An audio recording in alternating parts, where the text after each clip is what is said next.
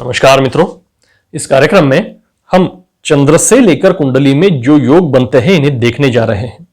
जैसे लग्न कुंडली में अन्य ग्रहों को लेकर कुछ राजयोग बनते हैं तथा कुछ अनिष्ट योग बनते हैं, वैसे ही चंद्र को लेकर भी कुछ योग बनते हैं। कुछ राजयोग बनते हैं, कुछ श्रेष्ठतम योग बनते हैं तथा कुछ अनिष्ट योग बनते हैं। इन्हें नजरअंदाज नहीं किया जा सकता। जैसे लग्न कुंडली में अगर धन से लेकर धन कुबेर योग बन जाए, बहुत ही अमीरी का योग बन जाए, लेकिन चंद्रमा से केमद्रुम योग बने तो उस योग में न्यूनता आ जाती है, कमी आ जाती है। इस कारण चंद्र से होने वाले योगों को जांचना भी जरूरी होता है। चंद्र से प्रायः 12 प्रमुख योग बनते हैं। इस कार्यक्रम में हम सिर्फ 4 योगों का विचार करने वाले हैं। वो 4 योग है सुनफा योग, अनफा योग, दुर्धरा योग और केमद्रुम योग। इन चारों में से जो पहले 3 योग है यानी सुनफा, अनफा और दुर्धरा, इनमें इनका जो फलित है ये पैसा, सत्कीर्ति तथा सत्ता, ये प्रमुख फलित है। तीनों को समान फलित है।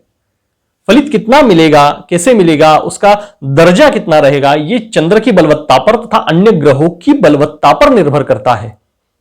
तो पहले सुनफा योग को लेते हैं। सुनफा योग है क्या?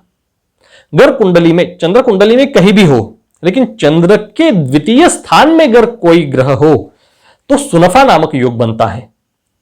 द्वितीय स्थान में जो ग्रह है उनमें से सूर्य, राहु और केतु, इनको इन योगों में से निकाला गया है। यानी अन्य ग्रह सूर्य, राहु और केतु, इनको छोड़कर अन्य ग्रह चंद्र के द्वितीय में कुंडली में हो तो यह सुनफा नामक योग बनता है। इसका जो फलित है, प्रमुख फलित है, तो ऐसा जो जातक है यह खुद के बलबूते पर पैसा कमाता है, यह स्वावलंबी होता है, इसे जीवन में सहजता से अच्छा पैसा मिलता है, अच्छी सत्कीर्ति होती है इसकी, ये इसका प्रमुख फलित है।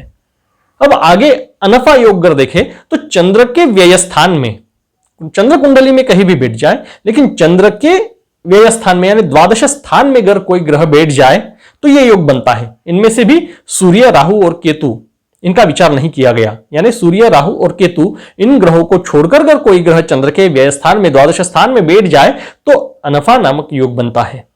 इस योग का मुख्य फलित भी अमीरी ही है, यानी धनवान ही है।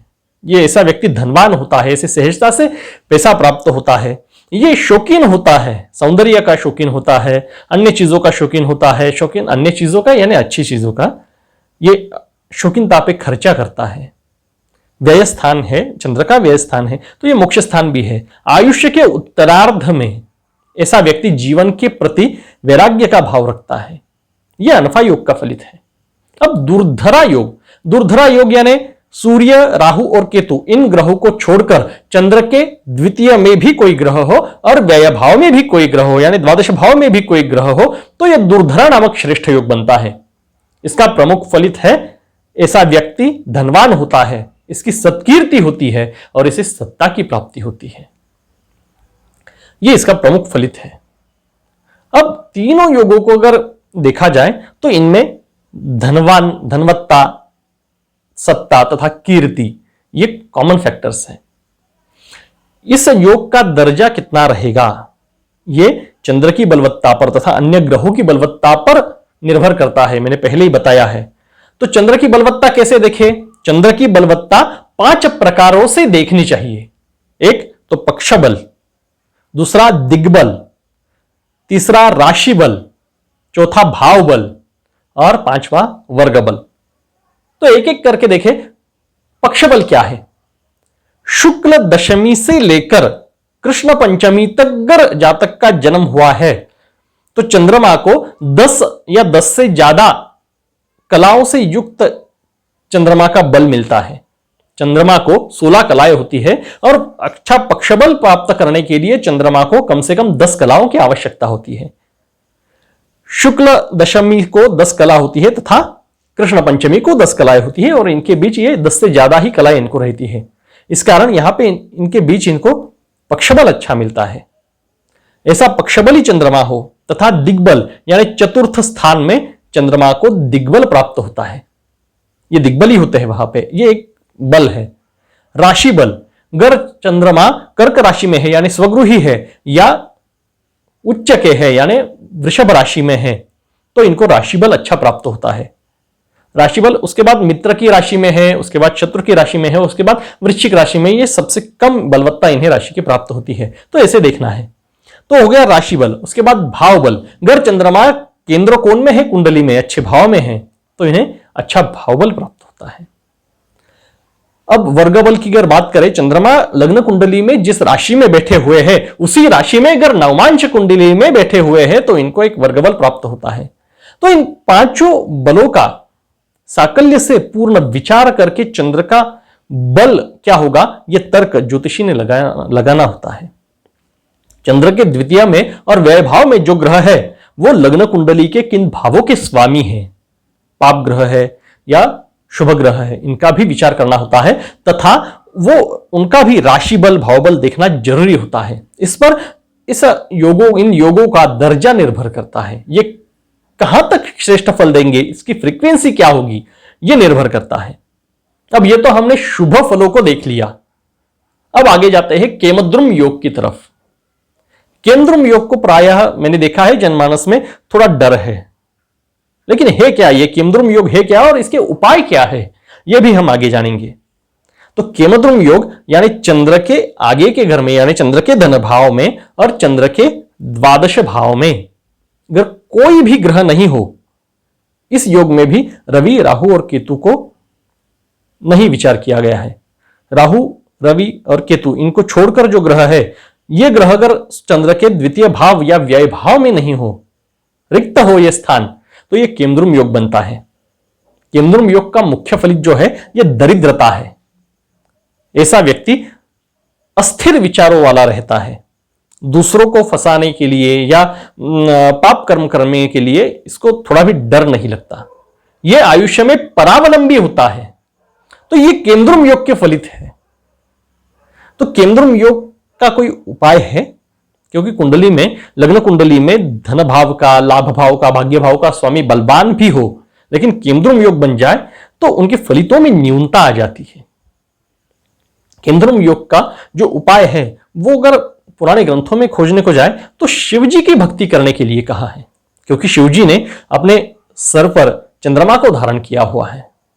प्रायः देखा यह जाता है कि चंद्र ये जो अस्थिर ग्रह है, क्योंकि आज अगर आप चंद्रमा आसमान में देखें तो एक जगह पे है, कल देखेंगे तो दूसरी जगह पे होगा। ये कहीं एक जगह पे स्थिर नहीं रह पाता ज्यादा देर तक, ये अस्थिर है। अगर इसके आगे पीछे कोई ग्रह नहीं है तो ये और अस्थिर बन जाता है। इस कारण ये व्यक्ति अस्थिर विचारों वाली बन जाती है। इसको धन के मामले में भी स्थिरता नहीं मिलती, जीवन में स्थिरता नहीं मिलती, परावलंबी होता है। तो इसको स्थिरता प्राप्त कराने के लिए शिवजी ने अपने सर पर धारण करके रखा है, इसको जटाओं में धारण करके रखा है, इसको स्थिरता दी है। इस कारण शिवजी की कर भक्ति करे तो इस योग से बचा जा सकता है। इस योग के से बचने के लिए प्रायः शनि प्रदोष का व्रत दिया जाता है, या 12 मुखी रुद्राक्ष का पूजन हर रोज करना है, या 12 मुखी रुद्राक्ष गले में धारण करना है। ये भी उपाय बताए गए हैं। चंद्रमा के कुछ स्तोत्र मैंने नीचे डिस्क्रिप्शन में दे रखे हैं, इनका पाठ भी हर रोज करें।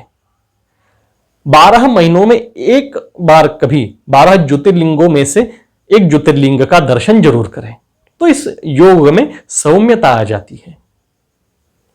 केमद्रुम योग का भंग भी होता है, यह बारीकी से देखना चाहिए। कुंडली में केमद्रुम योग हो, आगे भी ग्रह नहीं है, पीछे भी ग्रह नहीं है, लेकिन इसका भंग भी बताया गया है। वराह मिहिर इस ज्योतिर्विद ने, जिसने ज्योतिष पे ग्रंथ लिखे हैं, और अन्य कुछ ज्योतिर्विदों का भी यही कहना है कि केमद्रुम योग का भंग हो जाता है कब? अगर चंद्रमा के साथ उसी घर में ग्रह बैठे हो, या चंद्रमा के केंद्र स्थान में ग्रह बैठे हो, तो केमद्रुम योग का भंग हो जाता है।